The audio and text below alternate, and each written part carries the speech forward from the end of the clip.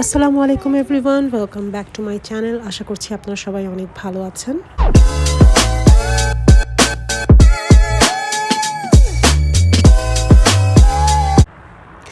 So আমার আগের ব্লগে আমি অলরেডি আপনাদের সাথে শেয়ার করেছি যে আমরা ক্র্যানব্রুক থেকে খুব অল্প সময় হাতে নিয়ে দুদিনের জন্য ভ্যাঙ্কুভারে এসেছি।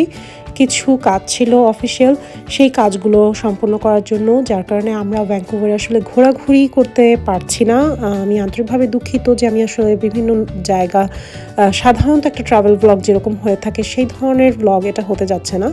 বেসিক্যালি আমরা এই 2 দিন ভ্যাঙ্কুভারে যে দুটো প্লেসে আমরা ছিলাম, শুরুতেই বলে রাখি আমরা এই 2 দিন ভ্যাঙ্কুভারে দুটো এয়ারবিএনবিতে ছিলাম। প্রথম দিন একটা এয়ারবিএনবিতে ছিলাম, দ্বিতীয় দিন আরেকটা। তো আমি চেষ্টা করেছি আমার এই ব্লগে সেই এয়ারবিএনবিগুলোর ব্যাপারে কিছু রিভিউ শেয়ার করার জন্য।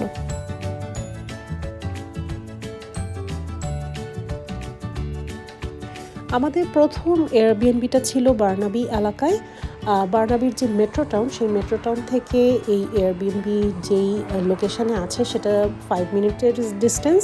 আমরা একটা উবার করে আমরা প্রথমে মেট্রো টাউন চলে আসি স্কাই ট্রেনে করে, তারপর সেখান থেকে একটা উবারে করে আমরা এই এলাকাটায় চলে এসেছি। আমার কাছে লোকেশন ওয়াইজ এই জায়গাটা খুবই কনভিনিয়েন্ট মনে হয়েছে, কারণ মেট্রো টাউন থেকে যেহেতু খুবই কাছে।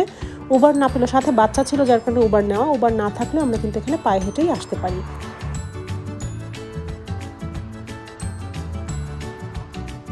তো এই হচ্ছে আমাদের প্রথম এয়ারবিএনবি। বাসায় ঢুকেই প্রথমে আমরা দেখলাম এখানে একটা শু র্যাক রাখা এবং কিছু রুলস রেগুলেশন মেনশন করে দেওয়া ছিল। আমার কাছে বিষয়টা ভালো লেগেছে। রুলস রেগুলেশন ক্লিয়ার থাকলে আমাদের জন্য বোঝাটা ইজি হয়ে যায়। পুরো বাসার প্ল্যানিংও শেয়ার করা, এটাও ইন্টারেস্টিং এবং আমার কাছে এটা বেশ ভালো লেগেছে। আমরা উপর তলায় থাকবো, নিচ তলায় যারা এই বাসাটার মালিক তারা থাকেন। আমরা সিঁড়ি দিয়ে উপরে উঠে আসলাম। এখানে একটা ছোট্ট লাউঞ্জ এরিয়ার মতো করে বানানো, এবং এটা একটা আমরা দেখলাম যে কিচেন এবং ডাইনিং এরিয়া। এটা কিন্তু শেয়ার্ড হবে, অর্থাৎ উপরতলার এখানে আরও বেডরুম আছে। আমরা একটা বেডরুম নিয়েছি, আমরা একটা বেডরুম রেন্ট করেছি, আর অন্যান্য বেডরুমে যারা আছেন গেস্টরা তারাও কিন্তু আমাদের সাথে এই কিচেনটা শেয়ার করছেন। তো রুমে ঢুকে আমাদের কাছে বিছানার সাইজটা দেখে মনে হলো যে ওকে, ফেয়ার। 2 বাচ্চা এবং আমরা হাজব্যান্ড ওয়াইফ 4জনের জন্য আমার কাছে মনে হয়েছে যে খারাপ না। ওয়াশরুম ক্লিন ছিল এবং ভেতরে প্রয়োজনীয় একেবারে যা যা দরকার সেটা ছিল। অনেক এক্সট্রা কিছু দেওয়া ছিল না, অর্থাৎ এটা তো আসলে হোটেল না, এটা একটা এয়ারবিএনবি। সো অনেকটাই একটু ঘরোয়া পরিবেশ মনে হয়েছে আমার কাছে। ফেয়ার। আমরা যেহেতু শুধুমাত্র রাতের বেলা থাকবো, সো আমার কাছে খুব একটা ঝামেলা কিছু মনে হয়নি। এখানে জিনিসপত্র রাখার জন্য র্যাক দেওয়া ছিল, প্যান্ট্রির মতো, স্টোরেজ এরিয়ার মতো একটা করা। এখানে রুলস রেগুলেশন খুব ক্লিয়ার করে দেওয়া ছিল। একটা ছোট্ট প্যাটিও মতো ছিল, দিনের আলো এখনও আছে। তখন অলরেডি কিন্তু সন্ধ্যা 8টা বাজে। আপনারা জানেন যে এখানে যেহেতু এপ্রিল মাস, এখন দিনের আলো অনেকক্ষণ পর্যন্ত থাকবে, অর্থাৎ মাগরিব হতে হতে অনেক সময় লাগবে। এই ছিল আমাদের এয়ারবিএনবি মোটামুটি। আমরা শুধুমাত্র রাতটা ওখানে থেকেছি, সকাল 11টায় কিন্তু আমরা অলরেডি চেক আউট করে ফেলার একটা প্ল্যান আছে। আমাদের স্টেটা খুব লং টাইমের জন্য না, এর জন্য আমার কাছে এটা ফেয়ার মনে হয়েছে। সব কিছুই ক্লিন ছিল অ্যান্ড ওকে মনে হয়েছে আমার কাছে। আর এখান থেকে খুব সুন্দর একটা সিনারি দেখা যায়। এটা যদিও পরের দিনের ক্লিপ, খুব সুন্দর করে এখানে পাহাড়গুলো দেখা যায়, সিনারি দেখা যায়। সময় হাতে বেশি থাকলে অবশ্যই আমি এই জায়গাগুলো একটু এক্সপ্লোর করার চেষ্টা করতাম, আশেপাশে নেবারহুড এরিয়াগুলো হেঁটে হেঁটে ঘোরার চেষ্টা করতাম, কিন্তু সেই সুযোগ আমাদের হাতে ছিল না। আমরা খুব তাড়াহুড়া করেই সকাল 10:30টার মধ্যে বের হয়ে যাই। আমাদের এখানে 11টায় চেক আউট টাইম দেওয়া ছিল। সো চেক আউটের সময় এই ছিল আমাদের বিছানার অবস্থা এবং রুমের অবস্থা। আমরা ওয়াশরুম ইউজ করলেও প্যাটিও কিংবা কিচেন কিংবা ডাইনিং কিছু ইউজ করিনি। আমরা এই রাতে এসে আমাদের বাইরেই খাওয়া হয়েছে এবং সকালবেলার যে ব্রেকফাস্টটা সেটাও আমরা বের হয়ে যাচ্ছি, 10:30টায় আমরা বের হয়ে গেছি এখান থেকে। সো সেই ব্রেকফাস্টটাও আমরা বাইরে গিয়েই করেছি। চেক আউটের সময় এই ছিল আমাদের স্টোরেজের অবস্থা। খুব একটা ইউজ করা হয়নি, শুধুমাত্র রাতে এসে আমরা ঘুমিয়েছিলাম এখানে। আমার কাছে পুরো এক্সপিরিয়েন্সটা ওকে, ফেয়ার মনে হয়েছে। এই আর যে ওনাররা, তাদের সাথে আমাদের সামনাসামনি সামনাসামনি দেখাও হয়নি এবং ভার্বাল কোনো কমিউনিকেশনও হয়নি। পুরো জিনিসটাই অ্যাপের মাধ্যমে, টেক্সটের মাধ্যমে ওনাদের সাথে কমিউনিকেশন হয়েছে এবং আমরা তাদেরকে ভালো রিভিউ দিয়েছি, ওনারাও আমাদেরকে ভালো রিভিউ ব্যাক করে দিয়েছেন। আচ্ছা, এটা হচ্ছে পরের দিনের ক্লিপ। আমরা সকালবেলাটা সারাদিন অনেক ব্যস্ত ছিলাম। আমাদের দ্বিতীয় যে এয়ারবিএনবিতে থাকার কথা ছিল, এখানে চেক ইন করার কথা ছিল বিকাল 3টায়, কিন্তু আমাদের রাত 10টা বেজে যায় চেক ইন করতে করতে, কারণ আমরা প্রচণ্ড ব্যস্ত ছিলাম সারাদিন। এই এয়ারবিএনবিটা ছিল কেরিসডেলে। কেরিসডেল হচ্ছে ভ্যাঙ্কুভারের ওকরিজ এলাকায়। তো আমরা ফ্রন্ট এন্ট্রেন্স দিয়ে ঢুকে আমরা গেট খুঁজে পাচ্ছিলাম না বাড়ির, তো আমরা একটু পেছনের সাইডে চলে আসলাম। পেছনে এসে দেখি যে হ্যাঁ, আমাদের আসলে এখান থেকে এন্টার করার কথা, কারণ এখানে কম্বিনেশন লক দেওয়া ছিল।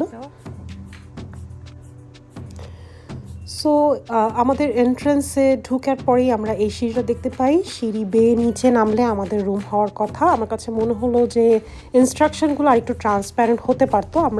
আমাদেরকে একটু খুঁজে বের করতে হয়েছে আমাদের রুমটা কোথায়, এই জিনিসটা অর্থাৎ কমিউনিকেশন গ্যাপ ছিল ডেফিনেটলি, এবং ইনস্ট্রাকশনও ক্লিয়ার করা ছিল না। যদিও আমাদের স্টে ডিউরেশনটা খুবই অল্প সময়, কিন্তু তারপর একটু অস্বস্তি হচ্ছিল, কারণ এই যে ওয়াশরুমটা যেটা আমাদেরকে ইউজ করতে বলা হয়েছে সেটা অ্যাকচুয়ালি শেয়ার্ড ওয়াশরুম ছিল, অর্থাৎ আমাদের বেডরুমের সাথে ওয়াশরুমটা অ্যাটাচ ছিল না। এই হচ্ছে আমাদের বেডরুম, 2টো বেড দেওয়া ছিল। আমার কাছে মোটামুটি লেগেছে, অ্যাকচুয়ালি আমার পছন্দ হয়নি রট আয়রনের বেডটা। এটা হচ্ছে শেয়ার্ড কিচেন এরিয়া, অ্যামিনিটিস খুবই সুন্দর। এখানকার যেই কিচেনের সেট আপ, ফ্যাসিলিটিস, এগুলো খুবই সুন্দর। পুরো ইন্টেরিয়রটা খুবই সুন্দর, সব কিছু খুবই গুছানো। সাধারণত এয়ারবিএনবিতে আপনি যদি খাওয়া দাওয়া করতে চান, আপনি যদি রান্নাবান্না করতে চান, সেগুলোর জন্য প্রয়োজনীয় হাঁড়ি, পাতিল, প্লেট, গ্লাস ইত্যাদি দেওয়া থাকে। এখানেও তাই দেওয়া ছিল। সব কিছু আমরা ক্লিন পেয়েছি।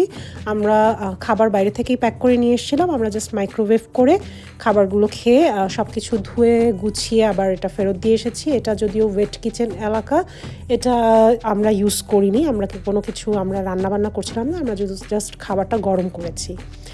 আচ্ছা, আর এটা আমরা এখন যখন চেক আউট করছি, আমরা ভোর 5টায় আমরা চেক আউট করেছি, কারণ আমাদের খুব আর্লি ফ্লাইট ছিল। চেক আউটের সময় এভাবে আমরা রুমটা রেখে এসেছি। চেষ্টা করেছি যতটুকু গুছিয়ে দিয়ে আসা যায়, এবং আমরা বারবার খেয়াল করছিলাম যে আমরা কোনো কিছু ফেলে যাচ্ছি কিনা। তো সাধারণত এই কাজটা আমি খুবই গুরুত্ব দিয়ে করে থাকি, এবং শুধু আমি না, আমরা চেষ্টা করি যে আমি এবং আমার হাজব্যান্ড দুজনেই বারবার এই জিনিসগুলো চেক করার। সোফার আমাদের সব কিছু ঠিক ছিল। সো এই পর্যায়ে আমরা একটু বাসাটা ঘুরে দেখা শুরু করলাম। তো স্পাইরাল এই স্টেয়ারকেসটা আসলে পুরো বাড়ির লুকটাই চেঞ্জ করে দেয়, খুবই সুন্দর। বাড়িটা অলমোস্ট একটা প্রাসাদের মতো মনে হয়েছে আমার কাছে। বাড়ির প্রত্যেকটা জিনিস খুবই এক্সপেন্সিভ, বিশেষ করে এই কিচেন এবং ডাইনিংয়ের যে স্পেসটা, এটা কিন্তু আমার কাছে খুবই ভালো লেগেছে। তো আমার কাছে মনে হলো যে বাড়িটা যখন নিশ্চয়ই বানানো হয়েছিল, তখন হয়তো এভাবে চিন্তা করা হয়নি যে এটাকে এয়ারবিএনবি হিসেবে ইউজ করা হবে। তো এয়ারবিএনবির গেস্ট হিসাবে আমার কাছে এখানকার যেই ফ্যাসিলিটিসগুলো কিংবা অ্যামিনিটিসগুলো দেওয়া ছিল, সেগুলো আমার কাছে ইউজফুল মনে হয়নি। অর্থাৎ যেই জায়গাগুলো প্রয়োজন নাই, আমার প্রয়োজন পড়েনি, সেই জায়গাগুলো খুব সুন্দর করে দেওয়া। অথচ আমরা যে রুমটায় থেকেছি, সেই রুমে আমাদের বেসিক যে জিনিস, একটা অ্যাটাচ ওয়াশরুমই ছিল না, আমাদেরকে ওয়াশরুম শেয়ার করতে হয়েছে। এটা একটু আমার কাছে বিরক্ত লেগেছে। তো আমাদের চেক আউট করা শেষ হলো, আমরা কমপ্লিট করে বাসাটা থেকে বের হয়ে গেলাম। এরপর শুরু হলো মূল ঘটনা। তো এই বাসাটা থেকে আমরা যখন বের হয়ে গেলাম, আমরা অলরেডি তখন এয়ারপোর্টে চলে গিয়েছি। তখন ওনার আমাদেরকে একটা টেক্সট করে, আমাদের সেই অ্যাপে, এয়ারবিএনবি অ্যাপে টেক্সট করে জানান যে ওনারা কোনো একটা আইটেম পাচ্ছেন না। তো আমরা যখন তাদেরকে জিজ্ঞেস করলাম আইটেমের ব্যাপারে, ওনারা এমন একটা আইটেমের কথা বললেন যেটা সম্পর্কে আমাদের কোনো ধারণাই ছিল না। তো আমরাও তাদের সাথে জিজ্ঞেস করলাম যে কোথায় ছিল, কী অবস্থা। পরবর্তীতে যখনই আমরা বললাম যে আমাদের কাছে ভিডিও এভিডেন্স আছে যেভাবে আমরা রুমটা রেখে এসেছি, সাথে সাথেই কিন্তু ওনারা কনভারসেশনের সুর পাল্টিয়ে দেন এবং বিভিন্নভাবে সরি টরি বলে কনভারসেশন র্যাপ আপ করেন। সো আমার জানা নেই এই ধরনের অভিজ্ঞতা আপনাদের আরও কারো হয়েছে কিনা, কিন্তু আমাদের কাছে বিষয়টা খুব অ্যালার্মিং মনে হয়েছে, কারণ ভিডিও যদি না থাকতো তাহলে হয়তো তারা আমাদেরকে সেটার জন্য চার্জ করে ফেলতো। সো আমার কাছে মনে হয়েছে যে এই বাসাটার ব্যাপারে আমি এই রিভিউগুলো অবশ্যই শেয়ার করব এয়ারবিএনবি অ্যাপে। আমি অবশ্যই নেগেটিভ রিভিউ দিতে যাচ্ছি। তবে আপনাদেরকে রিকোয়েস্ট করব অবশ্যই এ ব্যাপারে আপনাদের কারো কিছু জানার থাকলে কিংবা এই ধরনের অভিজ্ঞতা আপনাদের হয়ে থাকলে কমেন্টে জানাবেন। তো আবারও চলে আসলাম ভ্যানকুভার এয়ারপোর্টে। আমাদের এবারের ডেস্টিনেশন কোথায় সেটা জানতে হলে আমার নেক্সট ব্লগটা দেখার অনুরোধ থাকবে। যে যেখান থেকে এই ব্লগটি দেখছেন সবাই সুস্থ থাকুন, ভালো থাকুন। আর আমার এই চ্যানেলটিকে গ্রো করতে আমাকে হেল্প করবেন, চ্যানেলটিকে সাবস্ক্রাইব করবেন। ব্লগটি ভালো লেগে থাকলে অবশ্যই লাইক করবেন এবং কমেন্টে আপনার কথাগুলো জানাবেন। আমি চেষ্টা করব কমেন্টের রিপ্লাই দেওয়ার জন্য।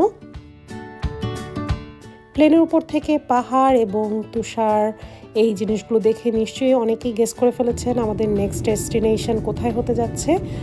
অবশ্যই কমেন্টে জানাবেন।